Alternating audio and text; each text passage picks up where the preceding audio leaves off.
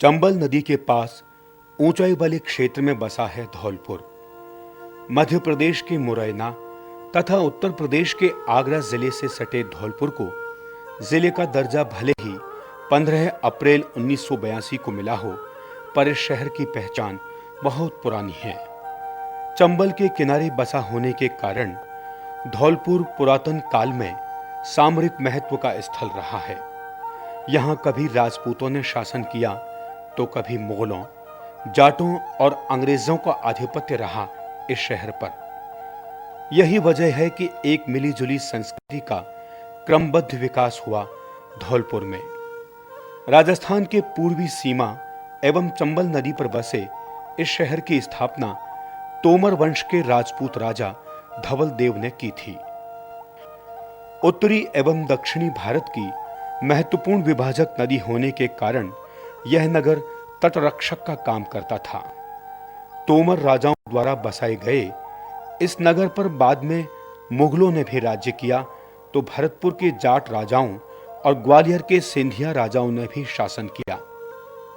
1782 ईस्वी में धौलपुर के राणा राजाओं के अधिकार में आए इस क्षेत्र को आजादी के बाद पहले मत्स्य संघ में, फिर भरतपुर जिले के एक उपखंड के रूप में विशाल राजस्थान में शामिल कर लिया गया।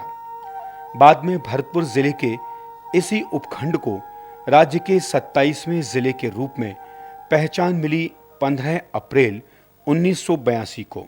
करीब 10 लाख की आबादी वाले धौलपुर जिले का मुख्यालय है धौलपुर। पहाड़ियों के गर्भ में समाये विश्व प्रसिद्ध धौलपुर स्टोन ने इस जिले को आर्थिक मजबूती दी है तो पर्यटन विकास की संभावनाएं भी जगाई हैं यहाँ फैली पुरा संपदा ने। धौलपुर शहर के पास ही स्थित शेरगढ़ किले की यात्रा यहाँ आने वाले पर्यटकों में रोमांच भर देती है तो कई जिज्ञासाओं को जन्म भी देती है यहाँ से जुड़ी कहानियां। जोधपुर के राजा मालदेव द्वारा बनवाए गए इस किले को 1590 में शेरशाह सूरी ने एक नई शक्ल दी तो इसका नामकरण हुआ शेरगढ़ के रूप में। समुद्र तल से 400 फीट की ऊंचाई पर स्थित शेरगढ़ दुर्ग फिल्म निर्माताओं के लिए भी आकर्षण का केंद्र रहा है तो शोधकर्ताओं के लिए भी शोध का विषय रहा है। 500 बीघा क्षेत्र में फैले इस किले में सम्राट अकबर की सेना ने भी पड़ाव डाला तो यहीं पर घोर युद्ध हुआ था दारा शिकोह, मुराद और औरंगजेब की सेनाओं में। शेरगढ़ की भूमिका 1857 के स्वतंत्रता संग्राम में भी अहम रही। सैनिक महत्व की चौकी रहे शेरगढ़ की 6 फीट चौड़ी प्राचीरें आज भी इसके सामरिक महत्व की दास्तां बयां करती हैं। सैनिक छावनी और ऐतिहासिक महल भले ही अब खंडहर बन गए हों, शेरगढ़ के अतीत की कहानियां आज भी पहले की तरह दिलचस्प है। जहां शेरगढ़ सामरिक कहानियों का मूक गवाह है तो धौलपुर के बीचों बीच स्थित लंबी बावड़ी वास्तुकला का अप्रतिम उदाहरण है। इस 7 मंजिला बावड़ी का स्थापत्य राजस्थान ही नहीं अपितु पूरे भारत में अद्वितीय है। पानी की आमद बनाए रखने में इस पाताल तोड़ बावड़ी में कुआं कारगर साबित हुआ है तो आकर्षण बढ़ाने में कारगर रही है कलाकारों की कारीगरी। धौलपुर शहर के इंदिरा पार्क में पड़ी इस जालदार तोप का आकर्षण भी कम अनूठा नहीं है। रियासतकालीन व्यवस्थाओं का एहसास कराती इस तोप का निर्माण तत्कालीन महाराजा कीरत सिंह ने करवाया था। महाराजा कीरत सिंह की मंशा के मुताबिक एक कारीगर सीताराम ने अपने कार्य कौशल के बूते इसे पूरे 6 महीने कड़ी मेहनत के बाद तैयार किया था इस हनुहूंकार तोप को, और कहते हैं कि इससे 14 शेर का गोला दागा जा सकता था। 4 मील तक मार करने वाली यह तोप सिंह मुखाकृति में बनी है।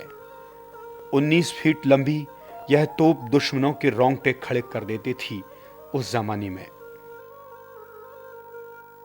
चंबल तट पर बसे शहर की दास्तान सामरिक महत्व के दुर्ग या तोप तक ही सीमित नहीं, धार्मिक परंपराओं का संवाहक भी रहा है धौलपुर। तीर्थराज पुष्कर को जहां सभी तीर्थों के मामा के रूप में पहचाना जाता है तो धौलपुर के मचकुंड तीर्थ को सभी तीर्थों के भांजे के रूप में जाना जाता है। शहर से ठीक 2.5 किलोमीटर दूर मचकुंड पर अनेक घाट बने हैं, जहां स्नान कर अपनी आस्थाओं को तुष्ट करते हैं श्रद्धालु। मचकुंड में स्नान के कारण चर्म रोगों से मिलने वाली मुक्ति ने भी एक खास मान्यता प्रदान की है मचकुंड को।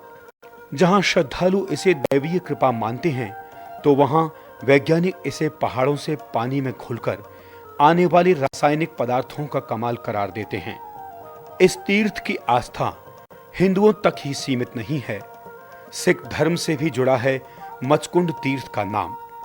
ते हैं सिखों के छठे गुरु हरगोविंद सिंह जी ग्वालियर से आते हुए यहीं रुके थे 4 मार्च 1662 के दिन।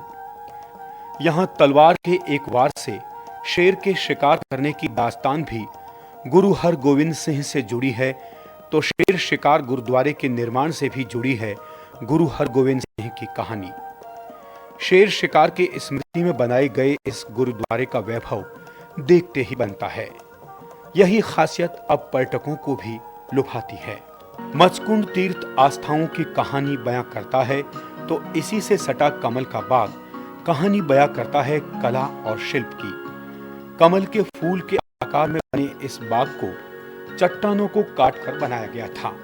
भारत में अमेरिका के तत्कालीन राजदूत डेनियन मोनिहन की पुरा प्रेमी पत्नी ने इस बारे में रहस्योद्घाटन किया था। इस रहस्योद्घाटन के मुताबिक बाबरनामा में वर्णित कमल का फूल कोई और नहीं, यह कमल का बाग ही है। 3034 किलोमीटर क्षेत्र में फैला धौलपुर सरहदी जिला होने के कारण भले ही चर्चा में नहीं रहा हो, पर डांग क्षेत्र विकास जैसी योजनाओं के जरिए विकास को पूरी गति मिली है। धौलपुर में सरकारी स्तर पर तो विकास को गति मिली ही है, धौलपुर स्टोन के कारण भी आर्थिक विकास को खास अहमियत मिली है धौलपुर में। इस पत्थर का शिल्प यही नहीं, अपितु देश के विभिन्न शहरों में भी बयान करता है यहाँ की संस्कृति का।